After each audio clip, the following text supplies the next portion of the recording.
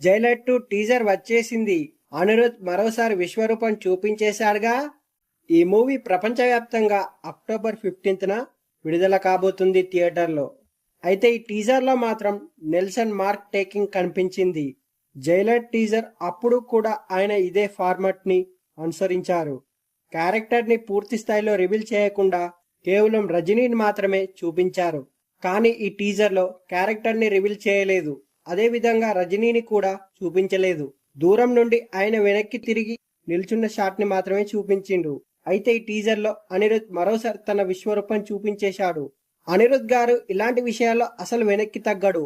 మరోసారి ఆయన ఎందుకు సౌత్ ఇండియాలో ఇంత డిమాండ్ ఉందనేది ఈ ఒక బ్యాక్గ్రౌండ్ మ్యూజిక్ తోనే చెప్పకనే చెప్పిండు. ఇకపోతే ఈ టీజర్ లో సినిమా స్టోరీ ఎక్కడ నుండి మొదలవుతుందో చెప్పుకొచ్చారు డైరెక్టర్. ఫస్ట్ పార్ట్ క్లైమాక్స్ లో విలన్ చనిపోయే ముందు కొన్ని మాటలు అంటాడు. గుర్తుందా? నన్ను చంపి ఎంత పెద్ద తప్పు చేయబోతున్నావో నీకు తెలియదు. ఇదొక మహాసముద్రం. నా వెనుక ఎవరెవరు ఉన్నారో తెలుసా అని అంటాడు. అక్కడ నుండి ఈ మూవీ మొదలవుతుంది.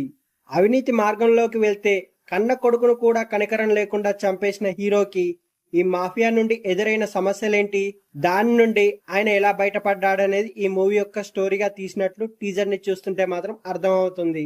ఇకపోతే ఫస్ట్ పార్ట్ లో శివరాజ్ కుమార్, మోహన్ లాల్ పాత్రలు కనిపించింది చాలా తక్కువసేపు అయినప్పటికీ బలమైన ప్రభావం చూపించారు.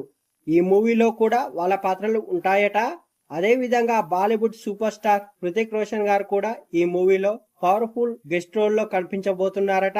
రజనీకాంత్ గారు జైలర్ మూవీతో 650 కోట్ల రూపాయలకు పైగా గ్రాస్ వసూళ్లను కొల్లగొట్టిన సూపర్ స్టార్ జైలర్ 2తో 1000 కోట్ల గ్రాస్ కొల్లగొట్టబోతాడో చూడాలి మరి.